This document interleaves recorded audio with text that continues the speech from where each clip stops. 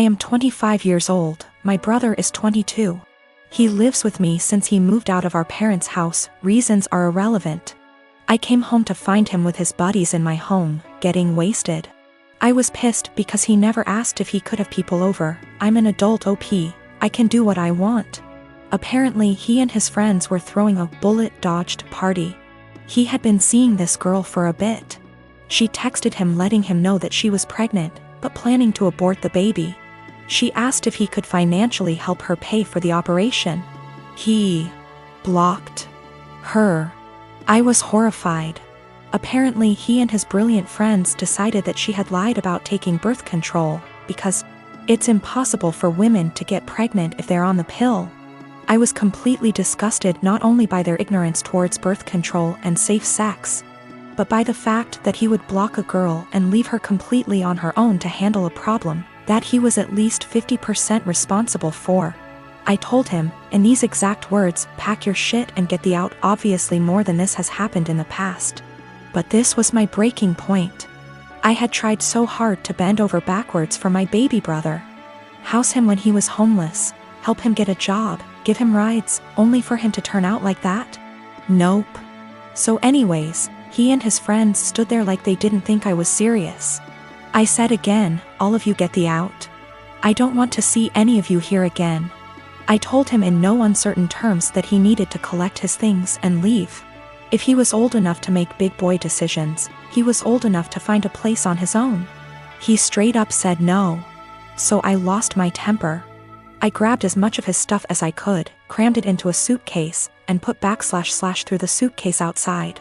I shouted that if he didn't leave I would call the police. Fast forward tears and begging, he was finally out. That night I got several messages that I was heartless for making him homeless. The pregnancy wasn't his fault because, 1, it was an accident. 2, they weren't a serious couple so he has no reason to help her. 3, she should have been more careful. I called bull, and said I would never allow someone with that sick mindset live under my roof. I said that he is not my brother and I don't want anything to do with him. My parents, my aunts, and some cousins are with me, but that leaves about 3 / 4 of the family against me.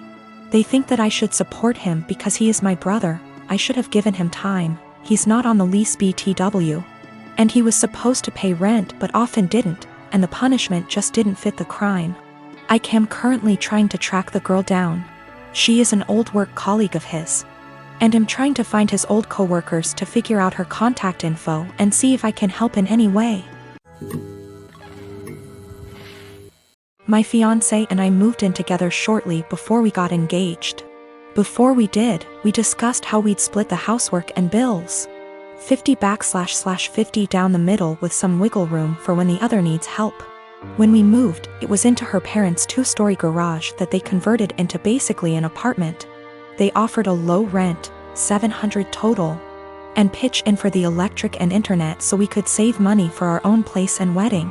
My fiancé earns more than me and that's cool, I'm proud of her. Before we moved in together it always seemed like she was living paycheck to paycheck, and I chalked it up to the apartment she had prior having insane high rent. She stuck to the 50 / 50 arrangement at first concerning bills, but she missed often and I had to remind her about it. Post-engagement, she's back to living paycheck to paycheck, either missing or very late with her part of the rent monthly. The 2 utilities we pay, groceries, late with her car payment. Her parents have talked to me multiple times about rent and I've covered her missing portion to get us caught up. And then try talking to her. It always turns into her saying we should just move if her parents are going to hound us. I told her we're lucky it's her parents because anywhere else would have kicked our asses out. On top of that, I pay my own bills, do about 65% housework, arrange and pay for most of our dates and vacations. Gifts for her, pay most towards our pets. I've suggested a financial coach, but what kicks me is whenever we're around others. She boasts about being the breadwinner since she earns more. Goes on about the stresses of being the main source of income, all the hours she has to work to pay all our bills. I was letting it slide until few days ago we were at a get-together. She and her sister started up again about her being the breadwinner. Her sister said something to the effect of her ex-boyfriend had a hard time being with someone who earned more, and my fiancé went, "Good thing OP doesn't mind me bringing home the pay."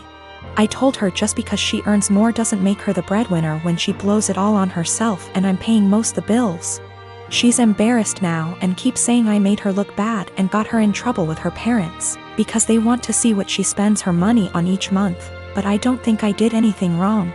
Last night I was ready to just postpone the engagement. As of this morning, after a lot of talking and things coming to light, we are broken up. She insisted we could afford her purchases based off our total incomes. Her parents were under the impression she was also paying off my student loans, my car, my phone, and paying for our vacations.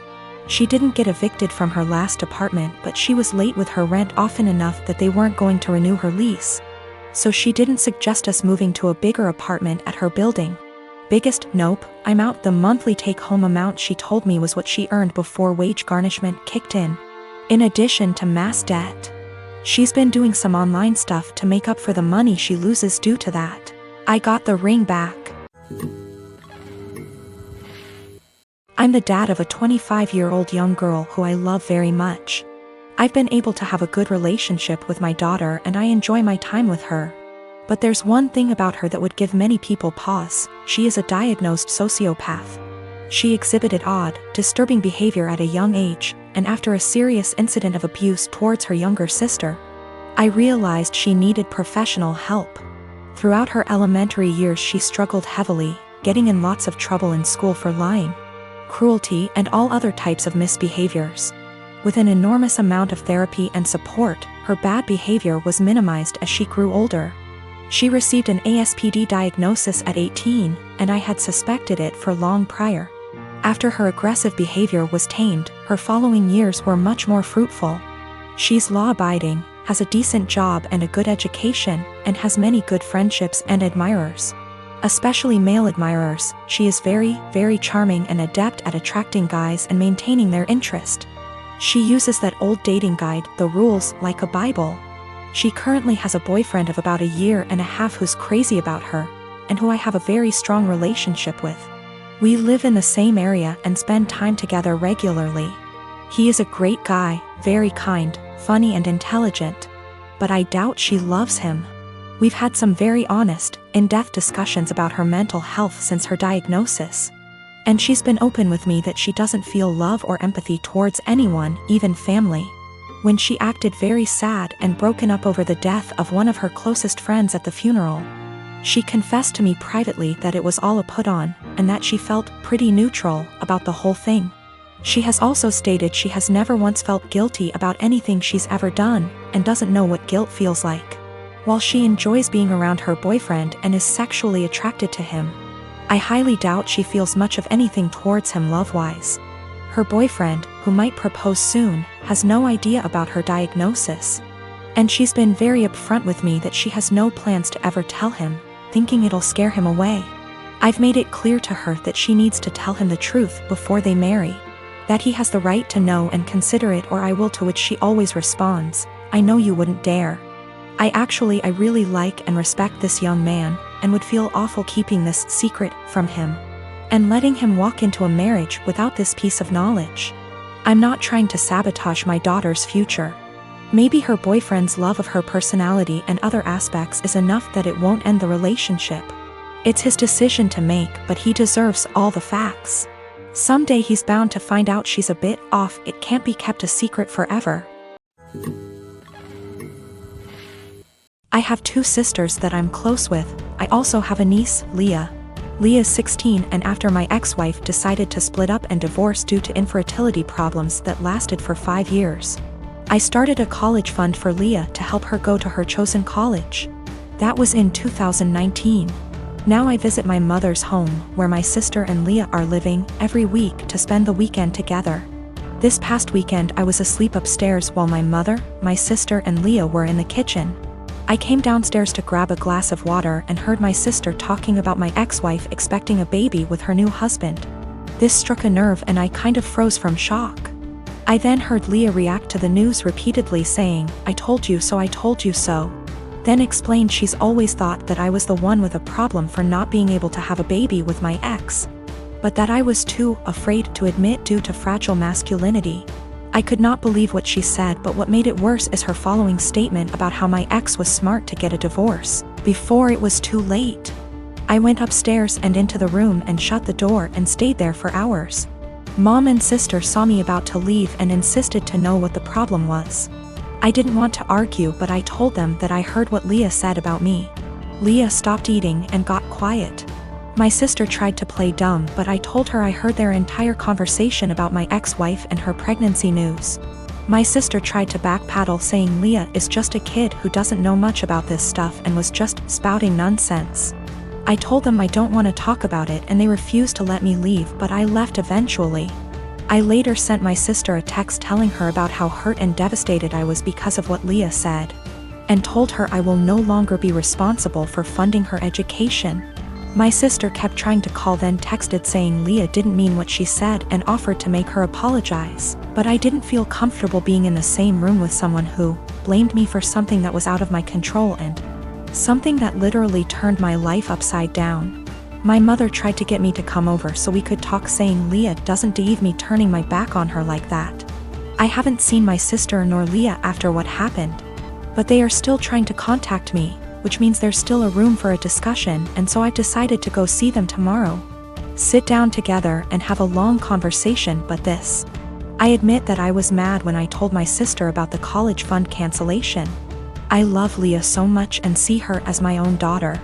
Unfortunately, her dad, my brother-in-law, is deceased, and so I understand losing a parent at a young age and relate to the kind of hurt she carries inside.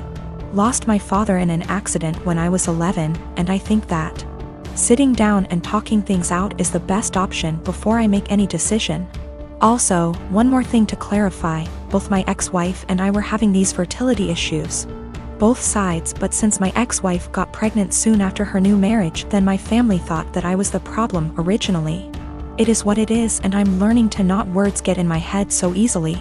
I'm not mad at anyone, I'm just trying to move on with my life like anybody else.